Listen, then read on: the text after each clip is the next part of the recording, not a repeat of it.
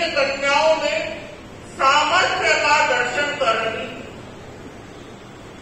आज मैं इन कन्याओं में संतुलन का दर्शन करने की अपेक्षा रख रही हूं। आज मैं इन कन्याओं में सहन शक्ति को आगे बढ़ाने की क्षमता का दर्शन करना चाहती हूं। आज मेरे सामने वे कन्याएं बैठी हैं जो वर्तमान में अभी अपने बारे में सोच रही है, किंतु मैं इन कन्याओं में अपनी भविष्य की पीढ़ी को देख रही हूं। और मैं इन कन्याओं को वह कहना चाहती हूं कि तुम्हें मात्र अपने ही इस वर्तमान करियर को नहीं देखना है, तुम्हें अपने भविष्य की पीढ़ी को देखना है कि तुम्हारा व्यवहार, तुम्हारा आचार, तुम्हारी शिक्षा तुम्हारा निर्माण तो करेगी, किंतु उसके साथ में एक नए उज्जवल भविष्य का निर्माण करने का भी दायित्व तुम्हारे ऊपर रहेगा। तुम्हें उसका अनुभव करना है। आज शिक्षा के क्षेत्र में आप आगे बढ़ रही हैं, करियर के क्षेत्र में आप आगे बढ़ रही हैं, और मैं कन्या विकास की विरोधी नहीं, मैं कन्या विकास पर अपनी सहमति अभिव्यक्त करती हूं, किंतु इसके साथ मैं यह भी चाहती हूं, कन्या एक विशेष क्वालिटी का नाम है, एक विशेष प्रकार की क्वालिटी कन्या में होती है, वह उस क्वालिटी को कभी नेग्लेक्ट न करे, यह मैं चाहती हूं। और आज की ये जो संगोष्ठी हो रही है, आज और कल ये 2 दिन का वर्कशॉप हो रहा है, वह उस जो आज एक इम्बैलेंस बन गया है, एक असंतुलन बन गया है। आज की कन्या जो जो ग्रोथ हो रही है, उसमें दुविधा जन्म लेती चली जा रही है, और उस दुविधा के कारण वह कई बार गलत ट्रैक पर जा रही है।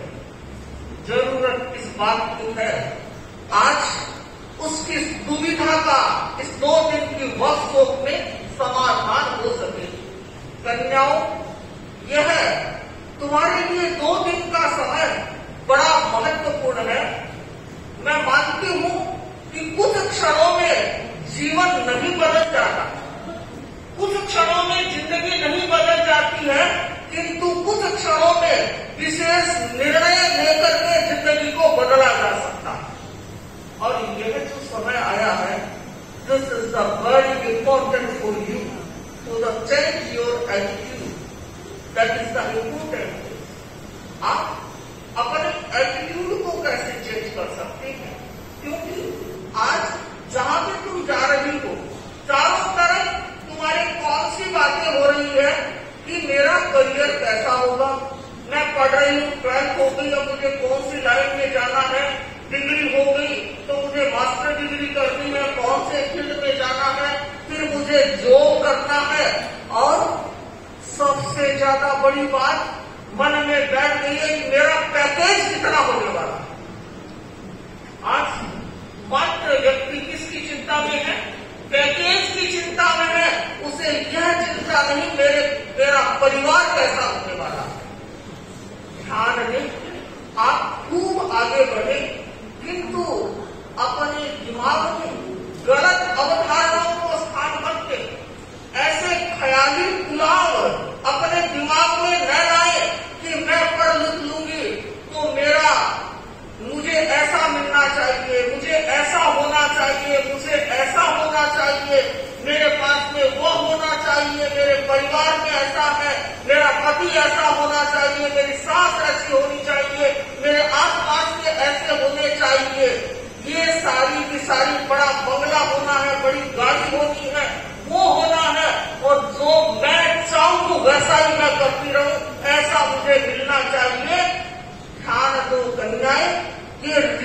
लाइफ तो हो सकती है, but this is the not real life. This is the real life but not real life. जिंदगी जहां होती है वहां हर प्रकार की स्थिति होती है, यह समझ करके चलना है। उतार और चढ़ाव आते हैं, अप्स एंड डाउन होते हैं। तुम्हें अपने माता पिता के एक्सपीरियंस से तुम्हारी जिंदगी को आगे बढ़ाना है। तुम्हें यह सोचना है, यदि कोई जो व्यक्ति कोई रियल लाइफ में जीता है, रियल लाइफ की ओर ध्यान नहीं देता है, वह अनेक समस्याओं से जूझता है।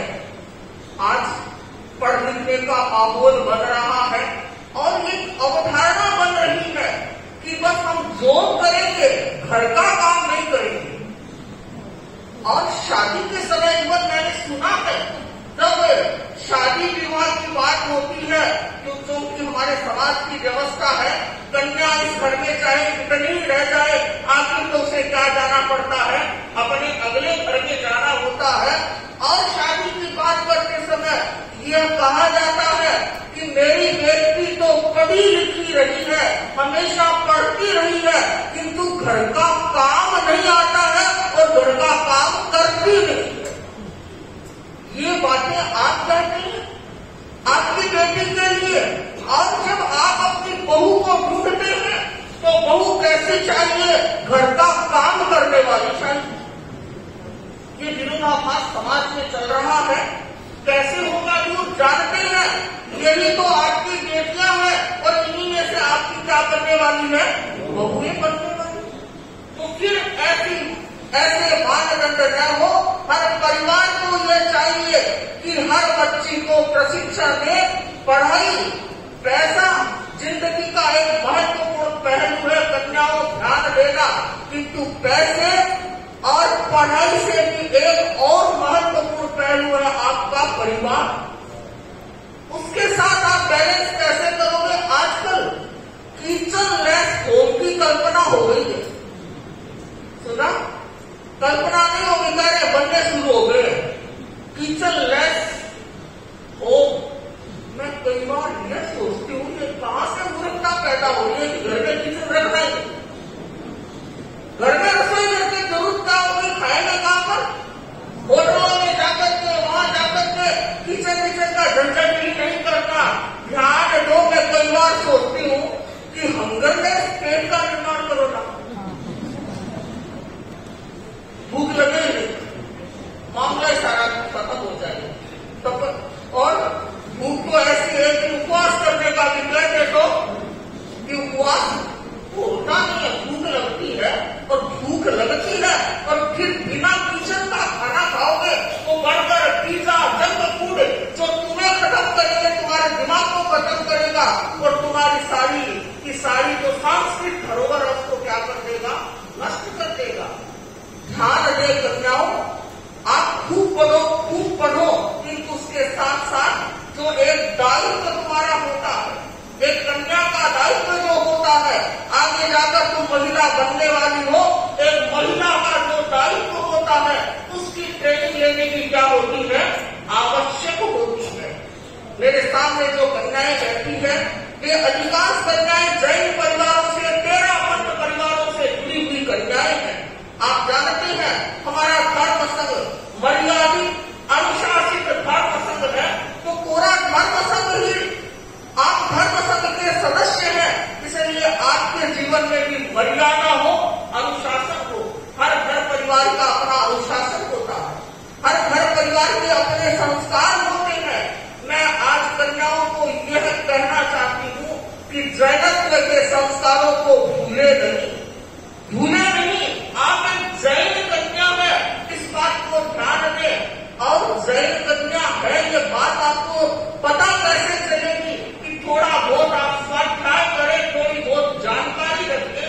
मुझे बताया गया कि महाराज, जब मैंने कहा कि हमें कन्याओं का प्रोग्राम रखना है, तब महिलाओं ने कहा महाराज कन्याएं तो आती नहीं है। मुझे कोई नेगेटिव कोई कमेंट देना तो अच्छा नहीं लगता। मैंने कहा आती नहीं है मतलब कि नहीं महाराज, जब भी बुलाते 10, 5, 15 हाईएस्ट आ जाती है। मैंने कहा 10, 5, 15 आ जाती है, परिषद जरा देख ले आज कितनी बैठी हुई है।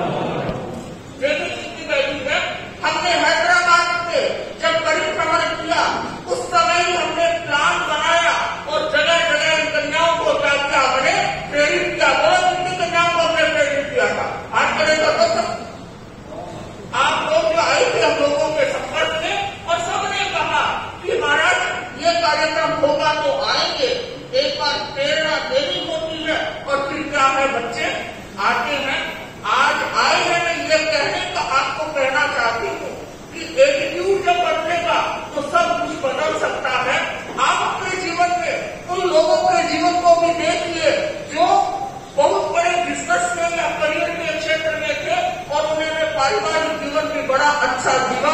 मुझे विदेश मंत्री, भारत सरकार की, भारतीय जनता पार्टी की विदेश मंत्री सुषमा स्वराज की स्मृति हो रही है।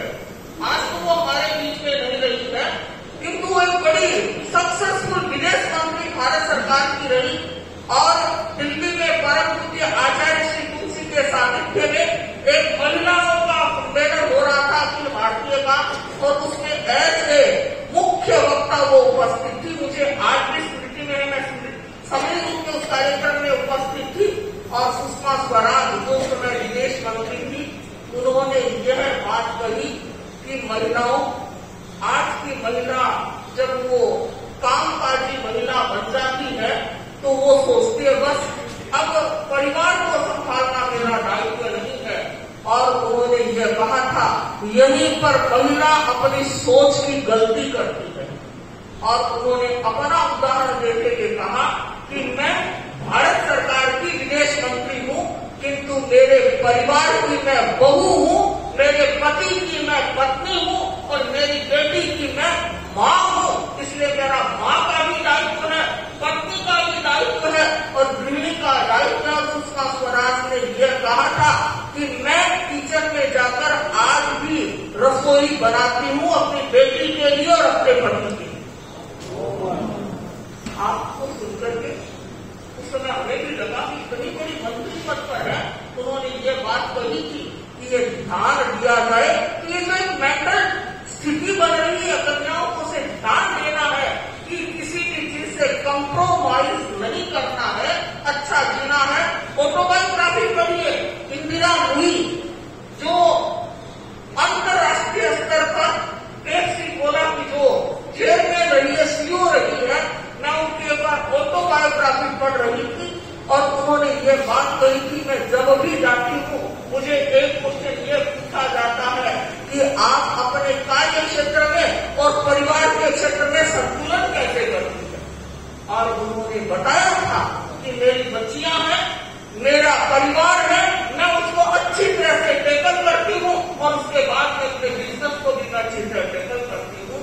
और मुझे लगता है जो स्मार्ट गर्ल का प्रोग्राम है, जो स्मार्ट गर्ल होती है, वह दोनों जगह क्या कर सकती है, बैलेंस स्थापित कर सकती है।